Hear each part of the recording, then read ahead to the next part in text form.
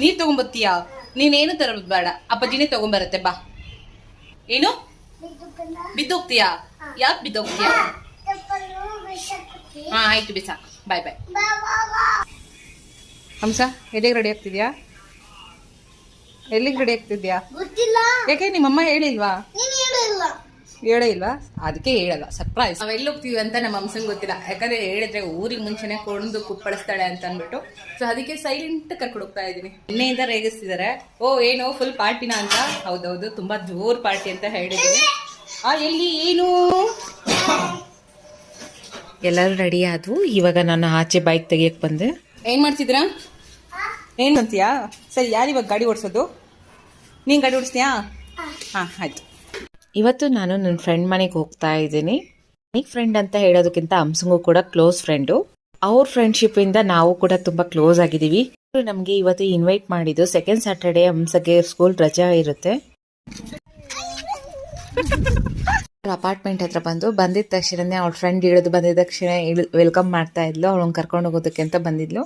So ನಾನು ಅಪ್ಪು ಎಲ್ಲ ಹೋದು. ನನ್ನ ಫ್ರೆಂಡ್ಸ್ ಎಲ್ಲ ಸ್ಲೀಪರ್ ಬಿಟ್ಟು ಒಳಗಡೆ ಹೋದ್ರು. ನಾನು ಈಗ ಲಾಸ್ಟಿಗೆ ಹೋದೆ, ಯಾಕಂದ್ರೆ ವಿಡಿಯೋ ಮಾಡ್ಕೊಂಡು ಹೋಗಿದ್ನಲ್ಲ, ಹಾಗಾಗಿ ಎಲ್ಲರಿಗೂ ಪಾಪ ವೆಲ್ಕಮ್ ಮಾಡ್ತಾ ಇದ್ದಾರೆ. ಸೊ ಫ್ರೆಂಡ್ಸ್ಗಳು ಎಲ್ಲರೂ ಹೋದ್ರು ರೂಮ್ ಒಳಗೆ. ನಮ್ದೇನು ಕೆಲಸ, ನಾವು ಇಲ್ಲಿ ಯಾಕಿರೋಣ ಅಂತ ಅಂದ್ಬಿಟ್ಟು ಎಲ್ಲರೂ. ನೀನು ಹೇಳಲ್ವ ಬಂಗಾರಿ? ಏನಿದು?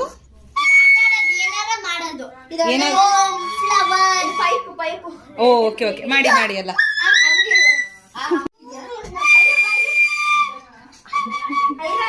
ಅಪ್ಪು ಟೈಮಿಗೆ ಕರೆಕ್ಟಾಗಿ ರಿಯಾಕ್ಟ್ ಮಾಡ್ತಾರೆ. ಎಲ್ಲಾದ್ರೂ ಏನಾದ್ರು ಸೌಂಡ್ ಮಾಡ್ತಿದ್ರೆ ಅಲ್ಲಿ ಯಾವ ಥರ ರಿಯಾಕ್ಟ್ ಮಾಡಬೇಕು ಅನ್ನೋದು ನಿಜವಾಗ್ಲೂ ತುಂಬಾ ನೋಡಿ ಕಲ್ತ್ಕೋಬೇಕು.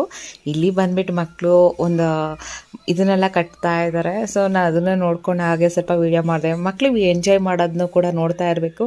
ಆಗಾಗ ಪಾಪ ಹಿಂಗೆಲ್ಲ ಕರ್ಕೊಂಬರ್ತಾ ಇದ್ರೆ ಅವ್ರಿಗೂ ತುಂಬ ಖುಷಿ ಆಗ್ತಿರುತ್ತೆ. ಹಾಗೆ ನಮ್ಮ ಒಂದು ಫ್ರೆಂಡ್ಶಿಪ್ ಬಾಂಡಿಂಗ್ ಕೂಡ ಕಂಟಿನ್ಯೂ ಆಗುತ್ತೆ ಅಂತ ಅಂದ್ಬಿಟ್ಟು ನಾನು ಕರ್ಕೊಂಬಂದೆ. ನಮ್ಮ ಅಪ್ಪು ಜೊತೆಗೆ ಯಾರೂ ಆಟಾಡಲ್ಲ ಅಂದರು, ಅದಕ್ಕೆ ನಾನೇ ಹೋಗಿ ಶಟಲ್ ಆಡ್ತಾ ಇದ್ದೆ. ಅಷ್ಟೊತ್ತಿಗೆ ನನ್ನ ಫ್ರೆಂಡ್ಸ್ ಎಲ್ಲರೂ ಪೂರಿ ಮತ್ತು ಇದೆಲ್ಲ ಮಾಡ್ತಾ ಇದ್ರು. ಬಟ್ ನಾವು ಬರೋದ್ರೊಳಗೆಲ್ಲ ರೆಡಿ ಆಗಿತ್ತು. ಜಸ್ಟ್ ಪೂರಿ ಒಂದು ಲಟ್ಟಿಸ್ಬೇಕಾಗಿತ್ತು ಅಷ್ಟೇ. ನಾನು ಲಟ್ಟಿಸ್ಕೊಟ್ಬಿಟ್ಟು ನನ್ನ ಹ್ಯಾಂಡ್ ವಾಶ್ ಮಾಡ್ಕೊಂಬಿಟ್ಟು ಹೋಗ್ಬಿಟ್ಟು ಅದಾದಮೇಲೆ ಸ್ವಲ್ಪ ಅಪ್ಪು ಜೊತೆಗೆ ಆಟ ಆಡ್ಕೊಂಡು ಮತ್ತೆ ಬಂದೆ. ಮತ್ತೆ ಈ ಊಟಕ್ಕೆ ಟೈಮ್ ಆಯ್ತಲ್ಲ ಅಂದ್ಬಿಟ್ಟು ಊಟಕ್ಕೆ ನೀಡೋದಕ್ಕೆ ಎಲ್ಲರಿಗೂ ಊಟಕ್ಕೆ ನೀಡಿದ್ವು. ಮಕ್ಕಳಿಗೆಲ್ಲ ಸಪ್ರೇಟಾಗಿ ಫಸ್ಟ್ ನೀಡ್ಬಿಡೋಣ ಅಂತ ಅಂದ್ಬಿಟ್ಟು.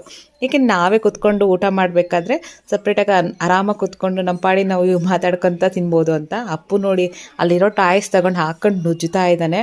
ನಮ್ಮ ಅಪ್ಪು ಸ್ಟೈಲ್ ನೋಡಿ ಕ್ರಿಕೆಟ್ ನೋಡ್ತಾ ಇದ್ದಾನಂತೆ. ಕ್ರಿಕೆಟ್ ನೋಡ್ತಾ ಇದೆಯಾ? ಕ್ರಿಕೆಟ್ ಏನಿದು? ಹೀಗೆ ತರಲೆ ಮಾಡ್ಕೊಂತ ಆಡ್ಕೊಂತ ಎಂಜಾಯ್ ಮಾಡಿಸ್ತಾ ಇರ್ತಾರೆ ನಮಗೂ ಕೂಡ.